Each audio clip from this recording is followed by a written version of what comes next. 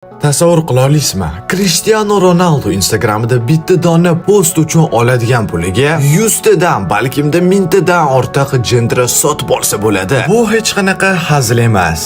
Bu fakt. Ha do'stlar, to'g'ri tushunganinglardek, bugun biz Cristiano haqida sizlarga 100 bitta siz bilgan va bilmagan faktlarni aytib beramiz. Bunaqa videoni nafaqat O'zbekiston, balkimda butun dunyoda hali hech kim qilmagan. Shuning uchun do'stlar, shunaqa yangiliklar bilan sizlarni hayratda qoldirishimiz uchun faqatgina sizdan like va obuna kerak. Va bir xillar bitta ajoyib savol berishsa mumkin. Nimaga aynan Ronaldo, nimaga Messi emas yoki siz Ronaldoni muxlisimisiz? Birinchidan, men Cristianoni muxlisi emasman, balkimda Antonining muxlisiman. Ikkinchidan esa men bu haqida aynan obunachilarimdan so'radim. Ya'ni-da Telegram kanalimda birinchi bo'lib shunaqa videoni Ronaldo haqida qilaymi yoki Messi haqidami deb so'raganimda ko'pchiliklar portugaliyalikni tanladi. Keyingi safar ham xuddi shunaqa so'rayman. Shuning uchun o'zingiz yoqtirgan o'yinchingizni bizning kanalimizda ko'rishni istasangiz, hoziroq Telegram kanalimga o'tib obuna bo'lib qo'ying. Va yana bitta narsa. Kelinglar bu videoda 2000 ta like yig'amiz va 90 ming ta obunachi bo'lamiz. O'shandagina yangi video chiqadi. Endi esa do'stlar, yaxshilab o'tirib oling, yeyishga narsalar olib oling, chunki biz boshladik.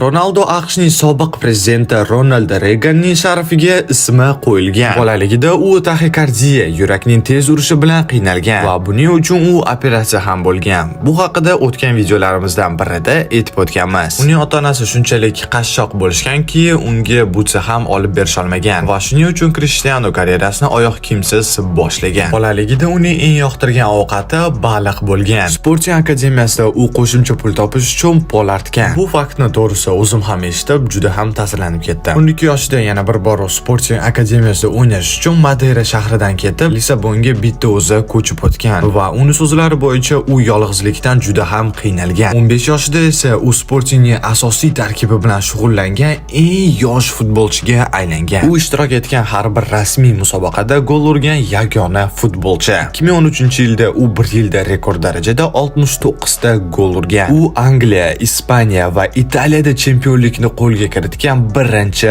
futbolchi. Ronaldo hech qachon spirtli ichimliklarni ichmaydi, chunki uning otasi alkogolizm tufayli vafot etgan. U tozalikni juda ham yaxshi ko'radi. Georgina, ya'nida uni ayolini so'zlariga ko'ra, u kuniga 4-5 marta yuvinadi. Unda hech qanaqa tatuirovkalar yo'q, chunki u muntazam ravishda qon topshiradi. Uning eng yoqtirgan filmi esa Rocky. Ronaldo Madeirada bolalar shifoxonasi qurilishi uchun mablag' ajratgan. U saraton kasallikka qarshi kurash uchun eng katta donorlardan biri hisoblanadi. 2015-yilda u miyadagi kam uchraydigan kasallikka chalingan 10 oylik bolaning davolanishini to'liq to'lib bergan. U bir xil NBA, ya'ni basketbolchilardan ham balandroq sakray oladi. Uning vertikal sakrashi 78 sm.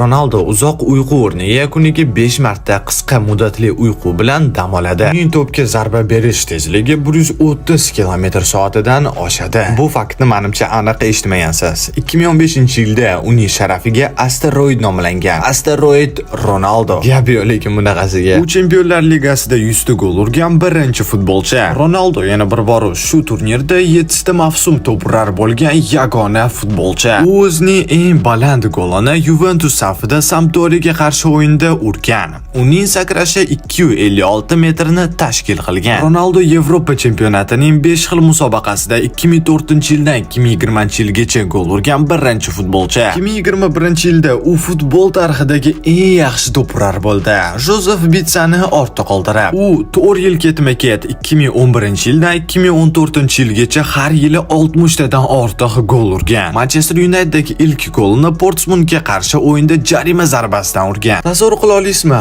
Ronaldo tug'ilmasligi mumkin edi, chunki onasi uni abort qilmoqchi bo'lgan. Lekin shifokorlar uni qaytarib chiqargan. Tasavvur qilaman, Messi muxlislari kommentariyaga qanaqa narsalar yozishayotganini. Voy.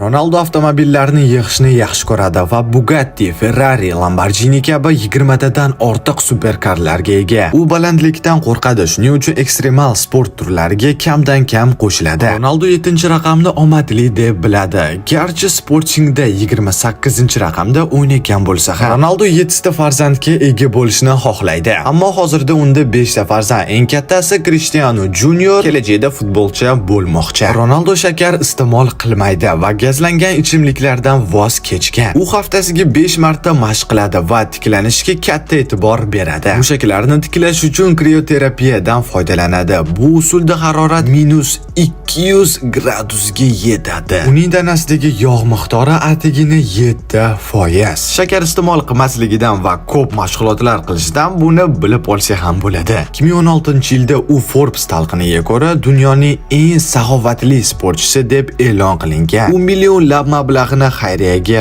beradi. Ronaldo Tiger Woods'dan keyin, umid qilaman ismini to'g'ri talaffuz qildim, milliarder bo'lgan dunyodagi ikkinchi sportchi. 2010-yilda Armani ichki kiyimlar modeli bo'lib, mashhurlikni yanada oshirgan. Cristiano Madeirada o'zining barcha sovrin va mukofotlari saqlangan muzeyiga ega. U Kr7 brendi ostida o'zining kiyim va poyabzal liniyasini chiqargan. Uning Facebook sahifasi dunyodagi eng mashhurlardan biri bo'lib, 160 milliontadan ortiq kuzatuvchiga ega. Biz esa hali 100 mingta ham bo'lmadik. 2014-yilda uning tug'ilgan shahri Funshalda haykali o'rnatilgan, lekin uning ko'rinishi ustidan ko'pchilik kuladi. U Pestana Kr7 brendi ostida mehmonxonalar tarmog'iga ega. Uning sevimli qo'shig'i Kelly ijrosidagi I Believe I Can Fly. O'zbekchalab bu men uchishimga ishonaman.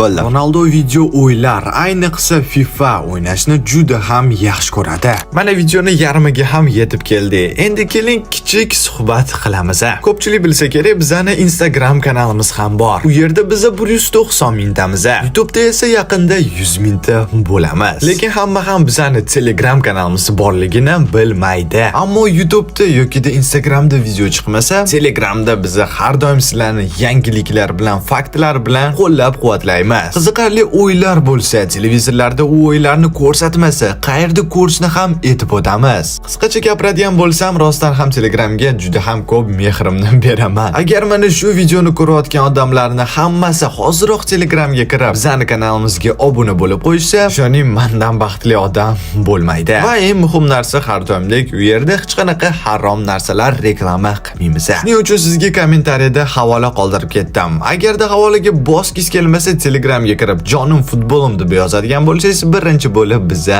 chiqib kelamiz. Obuna bo'lganlarga rahmat. Videoni davom etamiz. Ronaldo Chempionlar Ligasida 11 ta o'yinda ketma-ket gol urgan yagona futbolchi. La Ligada 150 ta gol urgan eng tez o'yinchi. U buni atigini 140 ta o'yinda uddalagan. 2018-yilda Juventusga qarshi goli yilning eng chiroyli deb topilgan. Ammo Pushkash premiyasini yutolmagan. Krish Portugaliya terma jamoasi tarixidagi eng yaxshi to'prar, 120 tadan ko'p gol urgan. U Angliya, Ispaniya va Italiya chempionatlarida 50 tadan ko'p gol urgan birinchi futbolchi. Hozirda esa bu ro'yxatga Saudiya ligasi ham qo'shilgan. Portugaliyalik yangi formatdagi Chempionlar ligasini 5 marta yutgan birinchi futbolchi. 2006-2022-yillar oralig'ida 5 ta jahon chempionatida gol urgan yagona futbolchi. Uning sevimli rangi oq. O'yinga chiqishdan oldin doim avval o'ng oyog'ini maydonga qo'yadi. Har bir o'yindan oldin formasi mukammal tekis bo'lishi uchun uni dazmollaydi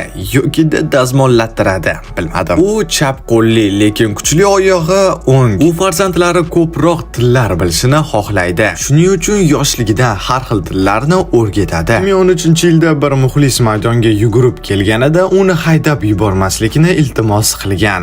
Bunaqa juda ham ko'p bo'lib turadi. Ayniqsa jahon chempionati yoki Yevroda. Va ko'pincha Ronaldo muxlislarini qorovullardan qutqaradi. U Instagramda 600 millionta obunachiga ega va shu orqali u dunyodagi eng mashhur odam. Hamma ijtimoiy tarmoqlarda obunachilarni hisoblaydigan bo'lsa, 1 milliarddan ko'p odam chiqadi. Ronaldo 2017-yilda oltin to'pini xayriya uchun sotgan. Uning yutuqlarini kuzatish uchun muxlislari maxsus ilova yaratishgan. Cristiano qorong'ilikdan qo'rqadi, shuning uchun yo'diganda kichik chiroqni yoqib uxlaydi. O'yinlardan oldin 80-yillardagi musiqalarni tinglab motivatsiya oladi. U bir o'yinda 96 metrni 10 soniyada bosib o'tgan. Bu deyarli professional sprinterning natijasi. Uni soch turmagi $10 million ga sug'urtalangan. U 20 million so'm emas, balkimda yevro turadigan Gulfstream G200 shaxsiy samolyotiga ega. Futbolga e'tiborini qaratish uchun Gollywood filmida rol o'ynashdan voz kechgan. Hech tasavvur qilib ko'rganmisiz?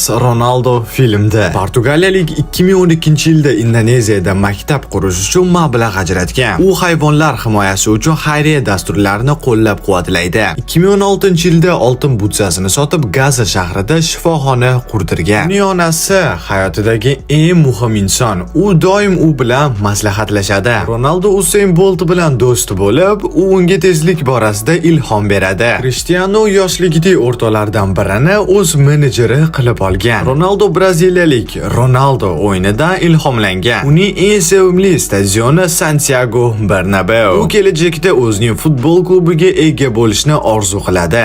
2015-yilda dunyoning eng ko'p maosh oladigan sportchisi bo'lgan. Uning Madeiradagi haykali orolning eng mashhur sayyohlik maskanalaridan biri. U dunyoda keng tarqalgan kira 7 parfyumeriya brendiga egalik qiladi. Ronaldo FIFA o'yinining banneriga ketma-ket 3 yil tushgan birinchi futbolchi. U tennis o'ynashni yaxshi ko'radi va ba'zan professional tennischilar bilan shug'ullanadi. Uning maydondagi reaksiya tezligi shunchalik yuqori bo'lib, u qarorni atigi 0.3 soniyada qabul qilishi mumkin. Ronaldo Portugal, ispan va ingliz tillarida bemalol gaplasha oladi. U tarixdagi eng ko'p hat-trick qayd etgan futbolchi. Uning futbolchilik davridagi eng yuqori bozor qiymati 150 million yevrodan oshgan. Ronaldo o'zining birinchi million yevrosini 24 yoshida ishlab topgan. Uning 2010-yildagi soch turmagi minglab muxlislarni unga taqlid qilishga ilhomlantirgan. U $1 million dan qimmatbaho soatlarni taqib yuradi. Uning kiyimlari faqat shaxsiy buyurtma asosida tikiladi. Ronaldo farzandlarini o'z muvaffaqiyatlarini o'zlari yaratishlarini kerak deb hisoblaydi. Uning onasi har yili uning tug'ilgan kuniga maxsus taom tayyorlab beradi.